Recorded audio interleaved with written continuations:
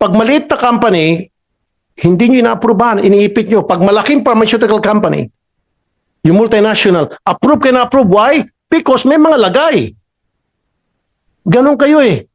Pagkatapos, kitaan kita, sabi mo ilang kayo? 800. Ito, pakita ko sa'yo. Tamad kayo eh. Look at this. These are Chinese products na nabibili sa Binondo. Na sinabi nyo, warning, masama sa kalusugan. Huwag tangkilikin. And yet, pinapabayaan nyo na nagkalat to sa Binondo at sa Quiapo. Ayan mga Chinese products. Meron pa dito, may amphetamine pa. Sabi nyo masama sa kalusugan. Bakit yung pinapayagan? Ba't di kayo nag-raid? Di ba meron kayong enforcement group na armed kung kailangan? Di ba? Tapos meron pang biogesic dito na fake. Nasa yung biogesic na fake? Meron din kami nabili fake na biogesic, fake na Neozep, and fake na Decolgen. Ayan. Alam nyo, Director General, itong mga fake na medicines, hindi natin alam kung anong formulation ito. Maring masama sa kalusugan to. Kung hindi man siguro effective, okay lang sana. Hindi tumatalab. Pero paano kung may side effect? Bakit hindi nyo po nahuhuli ito? Ba't kami? 800 ang tao nyo, kami ang tao ko, 2 lang ang tumutok dito, ang dami namin nagawa. Yung sinasabi nyong 1,000, 50,000 mga nakumpiska nyo, kung kami nga, milyonis na agad. 2 tao lang. Napa-down namin, na-flag down. Don't use that word na kulang kayo sa tao. O katulad yung sinabi ni Senator Erwin sa Palawan, since 2018, importante yun para sa libre dialysis sa probinsya. Hindi ma-approve-approvean. Why? Kasi hindi kayo nakafocus doon. Kasi walang lagay yun eh. Kaya sinantabi nyo. Pero kung may mag-apply na malaking pharmaceutical companies, I bet you, approvean nyo agad yun. Kung hindi pala tumawag si Sen. Erwin, tenga lang yon. It's either inutil, tamad, or nag-antay ng lagay. Ganun lang po yun. You guys are not doing anything. Akala ko ba mag-resign ka? Paano yan, sir? Yung hinamo kita dito noon na kapag naipa-down ko yung mga hindi nyo mapa-down for so many months and years, mag-resign ka. Sabi mo, we will comply. And then hinamo ko ulit yung boss mo, si DOH Secretary, na sabi ko, yung meron pa nga kayong produkto na 12 years na, hindi nyo mapa-down, ma-take down. Tsaka yung mga sa advisory, sabi ko, paano ko mapa-take down ko yan at hindi nyo mapa-take down? Sabi kay DOH Secretary Herbosa, would you ask Attorney Teston to resign? Sabi niya, yes. Sir, inutil ka po. I'm sorry to tell you. You're incompetent. At yan mismo, sinabi ng ARTA, kayo ang one of the most complaint agency. ARTA na po mismo nagsabi niyan. At dudugtungan ko. Dapat kayo, karamihan kayo sa management, magsi-resign na kayo. Inutil kayo Wala kayong ginagawa kung hindi. Humintay lang siguro ng lagay mula sa mga malalaking pharmaceutical companies. Yung mga hindi naglalagay, sorry kayo, naglalagay, tuloy-tuloy lang, hindi gaya. Mabilis lang.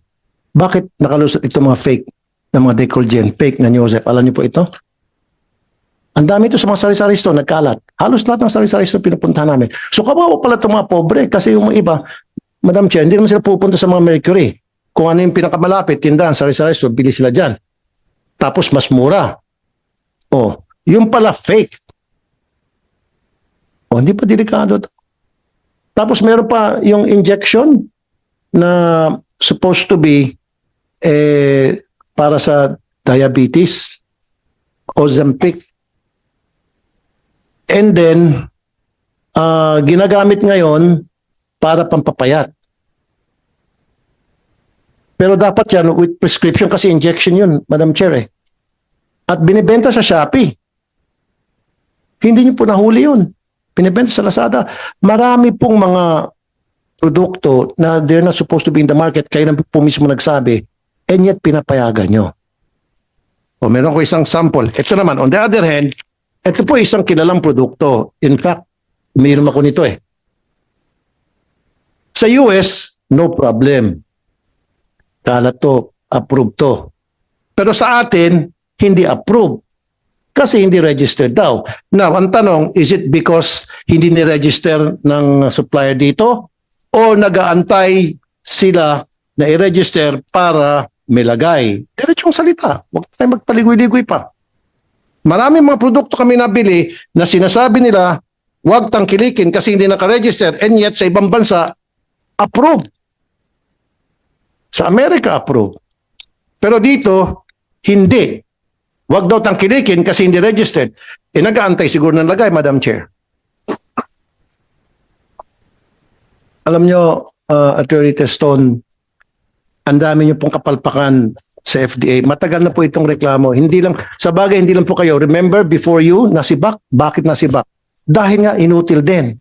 The guy before you, I'm not gonna mention his name kasi wala naman na siya. Isa ako sa nagpasibak doon. And then before pa, meron pa isang babae na FDA din, napasibak ko rin. Kasi inutil. So kung hindi nyo kayang trabaho nyo, di, mag-resign kayo. Your job is to safeguard the well-being, health and well-being of the consumers, and you're not doing that. Thank you, Madam Chair. Thank you, Senator Raffy. Palagay ko, Attorney Taston, dito sa lahat ng mga produktong pinakita ni Sen. Raffy, merong mga counterfeit, merong ding mga unregistered. So i-channel, I think you will have to answer the issues he has raised and we will raise during this hearing.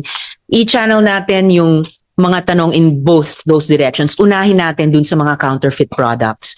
So isang tanong dito, sa website mismo ng FDA, makikita na may ganitong report, no, na sasabihin ko sa inyo, covering the period January 2024 to March 2025. Seized counterfeit drug products, posible may kasama diyan dito, seized counterfeit products, may nakuha kayong in the value of 21,979,539 pesos. Meron din kayo in that same period na seized unregistered health products, 50,596,932 pesos. Saan po madalas nahuhuli itong mga, on the one hand, counterfeit products? Locally ba o imported? And following on that, I will ask baka si Attorney Ordonia, ano po yung nagiging ugnayan ninyo ng FDA at saka BOC sa pagpigil ng ganitong pagpasok ng mga counterfeit products? Pero una po, usually ba locally o imported yung mga counterfeit products, possibly including some presented earlier? Attorney Teston. Maraming salamat po, Madam Chairperson. Halo po siya ng local at saka imported po. Pero since ang Pilipinas po ay largely importing country, hindi lang po sa pharmaceutical product, pati po sa pagkain, cosmetics, and other health products, marami rin po talagang imported health products po as defined under the charter of the FDA, which is RA 3720 as amended by RA 9711. So marami po talagang peddlers din po na nanggagaling po sa labas po ng bansa. At meron din po silang mga kasama dito na local distributor po, Madam Chairperson. Kung ganun ang kaso, so ano nga yung nagiging ugnayan nyo sa Bureau of Customs para mabawasan or ma-eliminate yung practice na ito na nakakapag-import ng mga counterfeit pala na pharmaceutical products na malamang pumapasok dyan sa bag na pinakita kanina? In terms po of border controls po, Madam Chairperson, meron pong in-issue po na, I think, if I'm not mistaken po, memorandum circular way back pa po nung administration ni President Aquino. And what do those circulars mandate you and BOC to do together? Bago po i-release po ng Bureau of Customs sa border po of entry, dapat po kunin nila yung license to operate as importer-distributor. At hindi lang po dapat license to operate, dapat po yung produkto mismo, dapat meron po siyang market authorization o yung tinatawag po natin na Certificate of Product Registration. Pag na-present po ito ng isang importer sa border po natin, it will be enough for purposes of FDA clearance. It will be enough for the Bureau of Customs to release them, provided that they pay the appropriate tariffs, duties, and taxes po, Madam Chairperson. Okay, so matanong ko po si Attorney Ordonia. So sir, pag nakita nyo yung bag na ipinakita kanina, halo-halong mga produkto, malamang yung iba doon ay mga counterfeit pharmaceutical products. Gaano nyo kahigpit o gaano kahigpit na i-enforce ng customs, ng bureau, na bago nyo i-release, mayroong license to operate, may market authorization, may certificate of product registration, ipepresenta sa inyo at kumaga isa-certify nyo sa FDA para mabawasan yung ganitong bag na inilabas kanina na malamang may counterfeit products na kahalo.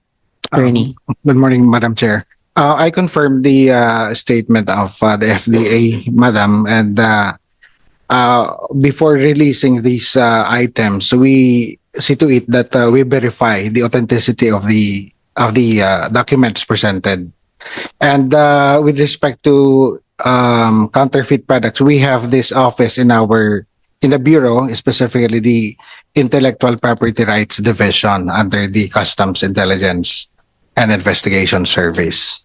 Our office is mainly with respect to the anti-illegal drugs. Yes, ma'am. I'll have follow-up questions about that, but Senator Erwin would like to interject. Yes, Madam Chair, mabilisan lamang po.